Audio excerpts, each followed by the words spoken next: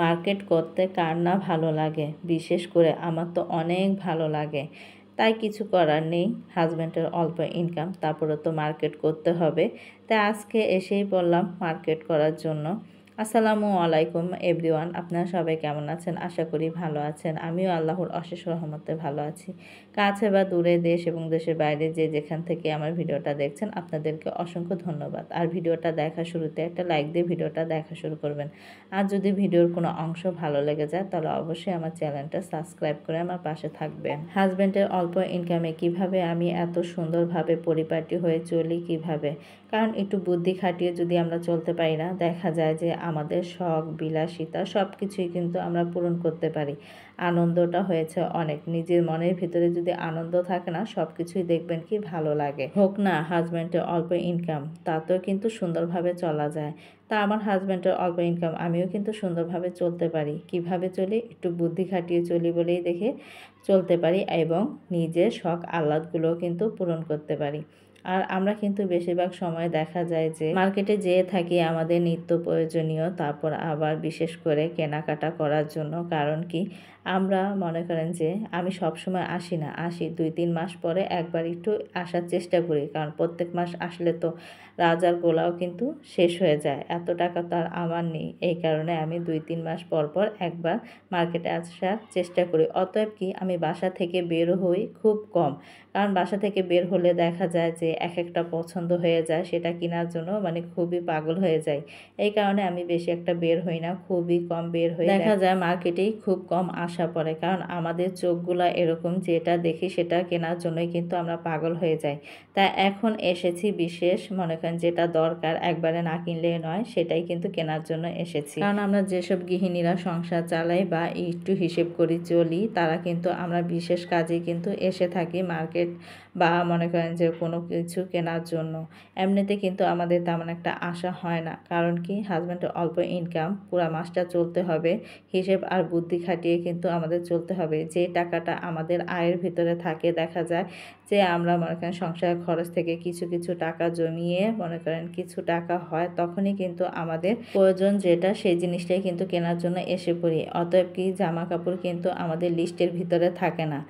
এই লিস্টটা কিন্তু আমরা মনে করেন যে কিভাবে করে থাকি, সেটা হয়েছে সব কিছু থেকে টাকা জমিয়ে, তারপর কিছু টাকা সেভ করে তারপরে কিন্তু আমরা কেনাকাটা করতে আসি। যারা আমরা মনে করেন যে অল্প ইনকামে সংসার চালাই, তারাই কিন্তু আমরা এই জিনিসটা করে থাকি। তা আমিও কিন্তু 1 মাসের টাকা মনে করেন যে সংসার খরচ থেকে জমিয়ে সেখান থেকে এসেছি এই তো যেগুলো বিশেষ দরকার সেগুলোই কেনাকাটা করার জন্য। আর এখানে দেখেন চাদর নিতে আসছি, কারণ বিছানা চাদরের দরকার, এজন্যই আসা হয়েছে। আর আমি অলরেডি কিন্তু 2টা উঠানো থাকা অবস্থায় আরেকটা কিনে আমি রেখে দিই, কারণ একটা নতুন নামাই তারপর আবার মনে করেন একটা কিনে রেখে দিই, মানে এরকম করে 2টা চাদর আমার কিন্তু অলরেডি মনে করেন আলমারির ভিতরে থেকেই যায়। তাই আমি সবসময় চেষ্টা করি যে 2টা আছে আরেকটা নেওয়ার, এভাবে করেই কিন্তু আমি একটা একটা করে মনে করেন কিনে থাকি। এতে করে দেখা যায় যে এক সময় আমার অনেক লাগে না, অল্পতেই হয়ে যায়। তা চাদর কেনা কিন্তু আমাদের হয়ে গিয়েছে, এখন আসছি 3 পিস কেনার জন্য। এই তো দেখেন এই ভাইয়াটার দোকানে এত সুন্দর সুন্দর 3 পিস, কি বলবো, মনে হচ্ছে কোনটা ছেড়ে কোনটা নেব, তাই সবগুলো কিন্তু একটার পর একটা দেখছিলাম। আর আপনাদের ভাইয়াকে তো নিয়ে গিয়েছি, এটা ভালো লাগে না সেটা ভালো লাগে না, এই তার কথা কি বলবো। সে তারপর আমাকে রেখে নামাজ আদায় করতে গিয়েছে, কারণ যেহেতু মাগরিবের আজান দিয়ে দিয়েছে, আগে হয়েছে নামাজ, তাই সে নামাজটা পড়তে চলে গিয়েছে। তারপর আমার মন মতোই কিন্তু আমি কিনে নিয়েছি, কারণ সে তখন ছিল না, আবার দেরি হয়ে যাচ্ছে, বাসায় ছেলে একা, এই কারণে আমাকে বলছে তুমি কেনাকাটা করতে থাকো, আমি নামাজটা আদায় করে আসি। পরে বললাম আচ্ছা। তারপর সে নামাজ পড়তে চলে গিয়েছে, আর আমি এখানে আমার মন মতো আমি 2টা 3 পিস নিয়ে নিয়েছি। এগুলো হয়েছে মালহার লোন 3 পিস। আমি বাসায় পরার জন্য কিন্তু এই 3 পিসগুলোই বেশি ব্যবহার করি, আর পরতেও কিন্তু অনেক আরামদায়ক। আর বাসায় পরার জন্য পারফেক্ট এই জামাগুলো, খুবই ভালো লাগে পরতে আমার কাছে। আর এখানে দেখেন মার্কেট করে তো নিয়ে এসে পড়েছি, এখন আপনাদের সাথে শেয়ার করছি কি কি কিনেছি। তা আপনাদের ভাইয়া কিন্তু পছন্দ করেছে আমি যে 2টা 3 পিস কিনেছি সেটা, আর বিছনা চাদরটা কিন্তু আপনাদের ভাইয়াই পছন্দ করেছে, তার পছন্দেই নিয়েছি। তারপর আবার এই তো দেখেন 2টা জামা নিয়ে আসছি, সেই 2টাও কিন্তু আপনাদের ভাইয়া পছন্দ করেছে। বলল যে না ভালোই কিনেছো। আর এই তো দেখেন এই জামাটা নিয়েছি, আমার কাছে ভালো লাগছে, কিন্তু ক্যামেরায় না কেমন জানি একটু ঘোলাটে ঘোলাটে লাগছে, কিন্তু বাস্তবে মানে কালারটা আরও গাঢ়, দেখতে কিন্তু ভালো লাগে। আর এখানে দেখেন এই তো এটা হয়েছে নিচের সাইড, আর মনে করেন এই তো পিছন সাইড, তারপর হাতার সাইডও কিন্তু আছে। এই তো সবগুলোই কিন্তু পার্ট বাই পার্ট দেখিয়ে দিচ্ছিলাম। আর এই থ্রি পিসগুলো এত চড়া হয়ে থাকে কি বলবো, যে মনে করেন যে সাইড দিয়ে কিন্তু কাপড় মানে অনেক কাপড়ই কিন্তু মনে করেন যে বাদ হয়ে যায়, কারণ অনেক চড়া এবং অনেক থাকে, লম্বা থাকে এই কাপড়গুলো, আর পরতেও অনেক আরামদায়ক। বিশেষ করে এই কাপড়ের মনে করেন যে আপনার ওড়নাটা এত সুন্দর হয়, এত গর্জিয়াস হয়, মানে কি বলবো, ওড়নাটাই হয়েছে মেন, মানে জামাগুলো পরলে ওড়নাটাতেই কিন্তু জামাগুলো ফুটে ওঠে। আর এটা হয়েছে প্যান্টের কাপড়, প্যান্টের কাপড়গুলো কিন্তু খুবই ভালো এই কাপড়গুলো, কারণ একটু দেখবেন কি একটু দামের ভিতরে একটু থ্রি পিস নিতে যান, সেই থ্রি পিসের মানে প্যান্টের কাপড়গুলো ভালো হয়, তারপর আবার থ্রি পিসের কাপড়গুলো কিন্তু ভালো হয়ে থাকে। আর আপনারা তো জানেনই মালহা থ্রি পিসগুলো কত মানে বাসায় পরার জন্য পারফেক্ট একটা জামা। আর এখানে দেখেন আমি জামাগুলো দেখাচ্ছিলাম, আর আপনাদের ভাইয়া কিন্তু কোরআন শরীফ পড়ছে, আর এখানে তো আমি সবগুলো দেখাচ্ছিলাম। এগুলো কিন্তু একটা পারফেক্ট, আপনি মনে করেন যে এক জায়গায় কোথাও যদি বেড়াতে যান তাতেও কিন্তু খুব সুন্দর লাগবে এই থ্রি পিসগুলো। আর এটা কিনেছি একটু মেরুন কালারের ভিতরে, বিশেষ করে দুই কালারের, আর আমার কাছে খুবই ভালো লেগেছে। জানি না আপনাদের কাছে কেমন লেগেছে, অতএব কমেন্টে জানাবেন। আর এখানে এটাও হয়েছে হাতার কাপড়, তাই এগুলো কিন্তু আপনি মনে করেন যে অল্প দামি কিন্তু কিনতে পারবেন বাসায় পরার জন্য, তারপর আবার কোথাও যদি বেড়াতে যান সেখানেও কিন্তু পরে যেতে পারেন। আমরা কিন্তু দেখা যায় যে বেশিরভাগ সময়ে যে এই জামাগুলো বানিয়ে এখন উঠিয়ে রাখবো কোথাও গেলে, তারপর পরবো, তারপর পরে দিয়ে মনে করেন যে এসে বাসায় পরে ফেলি এরকম। আর জামাগুলো কিন্তু খুবই আরামদায়ক আর ভালো লাগে, কিন্তু ওড়নাগুলো বিশেষ করে অনেক ভালো লাগে। আর প্যান্টের কাপড়গুলো এইসব জামার খুবই মনে করেন সফট হয়ে থাকে, ভালো উন্নত মানের হয়ে থাকে।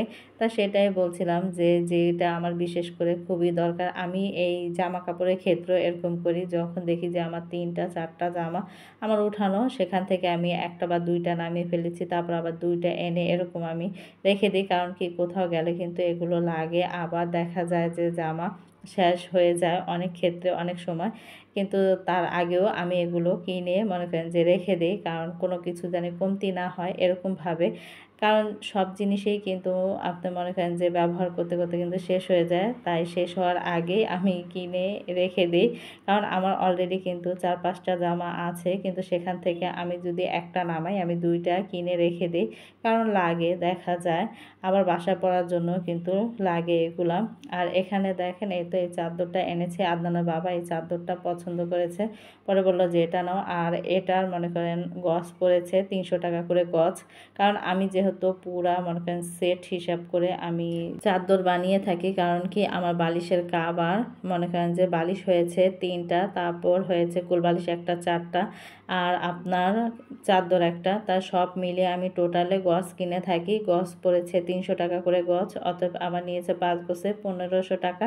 আর মজুরি, সেলাইয়ের মজুরি নিয়েছে 100 টাকা। আমি সেলাই করতে পারি, কিন্তু বিশেষ করে মাঝে মাঝে ভালো লাগে না, মনে হয় যে বিছনার মনে করেন যে বালিশের কাভারগুলো একটু কষ্টই হয়ে যায়, এই কারণেই 100 টাকা গেল ভালো, আমি বানিয়ে নিয়ে আসি বাহির থেকে। আগে বানাতাম, কিন্তু এখন আর ওই কষ্টটা করি না, কারণ আর কত করব।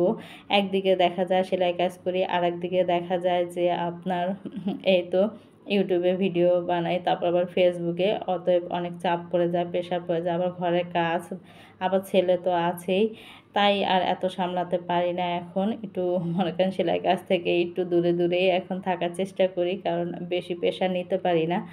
আর এখানে দেখেন সারাদিন ধরেই কিন্তু বৃষ্টি পড়ছে, কি বলবো।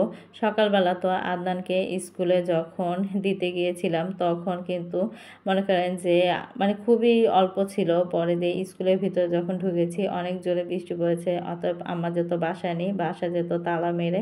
তারপর আমি নিচে যখন চলে গিয়েছি তখন দেখছি যে বৃষ্টি পড়ছে, মানে রুম থেকে আমি অতটা বুঝিনি, আমি মনে করেছি যে বৃষ্টি মনে হয় কমে গিয়েছে, মানে ঝিরিঝিরি। পরে দিয়ে আর আমি ছাতা নেইনি, পরে দিয়ে আমি কি করেছি মানে হালকা গুঁড়ি গুঁড়ি যেহেতু, তা আমি ভাবলাম যে বৃষ্টি তেমন একটা পড়বে না। পরে দিয়ে চলে গিয়েছি। তারপরে স্কুল থেকে আসার সময় অনেক জোরে বৃষ্টি নেমেছিল। পরে যখন একটু কমেছে তখন আবার আসছি।